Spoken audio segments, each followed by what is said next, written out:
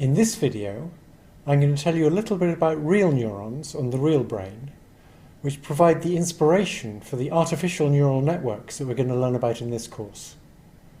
In most of the course, we won't talk much about real neurons, but I wanted to give you a quick overview at the beginning. There are several different reasons to study how networks of neurons can compute things. The first is to understand how the brain actually works. You might think we could do that just by experiments on the brain, but it's very big and complicated, and it dies when you poke it around.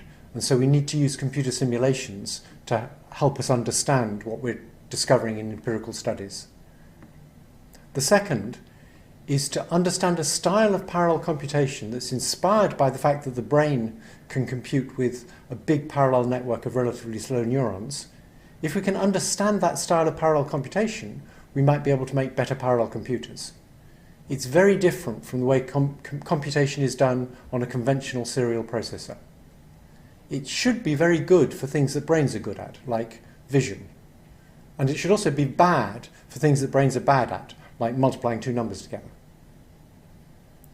A third reason, which is the relevant one for this course, is to solve practical problems by using novel learning algorithms that were inspired by the brain.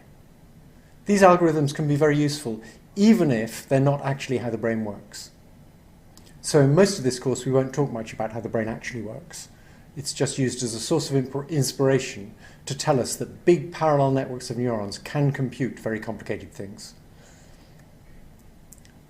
I'm going to talk more in this video though about how the brain actually works.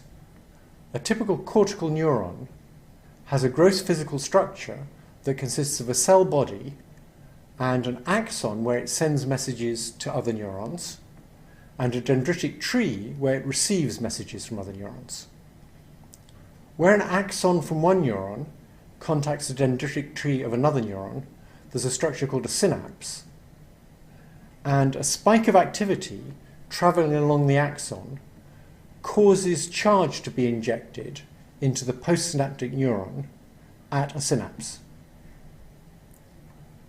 A neuron generates spikes when it's received enough charge in its dendritic tree to depolarize a part of the cell body called the axon hillock. And when that gets depolarized, the neuron sends a spike out along its axon. And the spike's just a wave of depolarization that travels along the axon. Synapses themselves have interesting structure.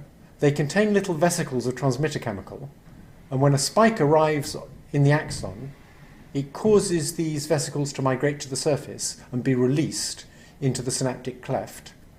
There's several different kinds of transmitter chemical. There's ones that implement positive weights and ones that implement negative weights. The transmitter molecules diffuse across the synaptic cleft and bind to receptor molecules in the membrane of the postsynaptic neuron. And by binding to these big molecules in the membrane, they change their shape.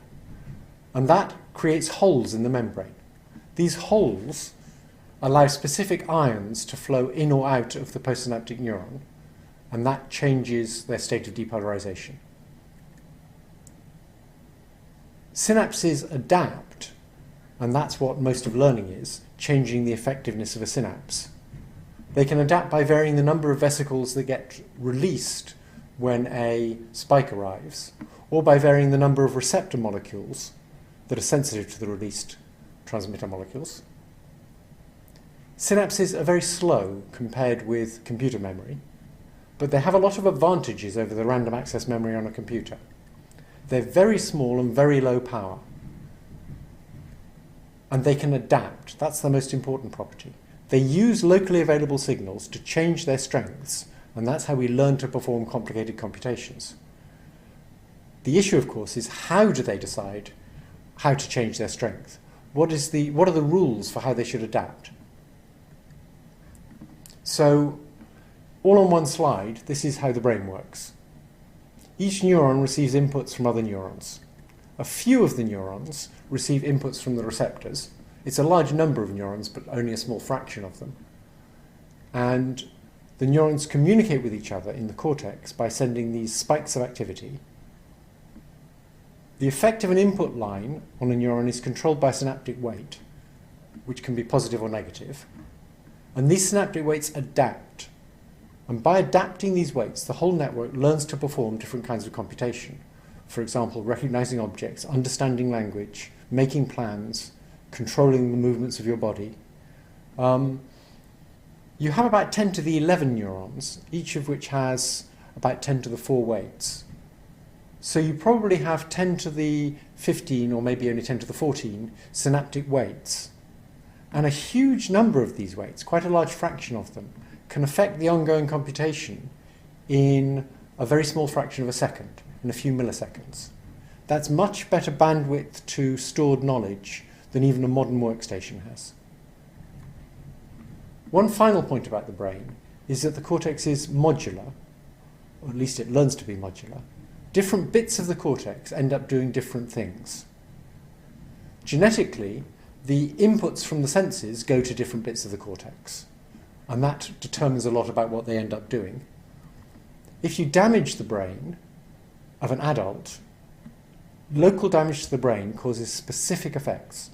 Damage to one place might cause you to lose your ability to understand language. Damage to another place might cause you to lose your ability to recognize objects. We know a lot about how functions are located in the brain, because when you use a part of the brain for doing something, it requires energy, and so it demands more blood flow, and you can see the blood flow in a brain scanner. So that allows you to see which bits of the brain you're using for particular tasks. But the remarkable thing about cortex is it looks pretty much the same all over.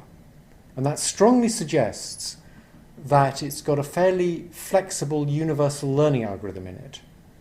That's also suggested by the fact that if you damage the brain early on, functions will relocate to other parts of the brain.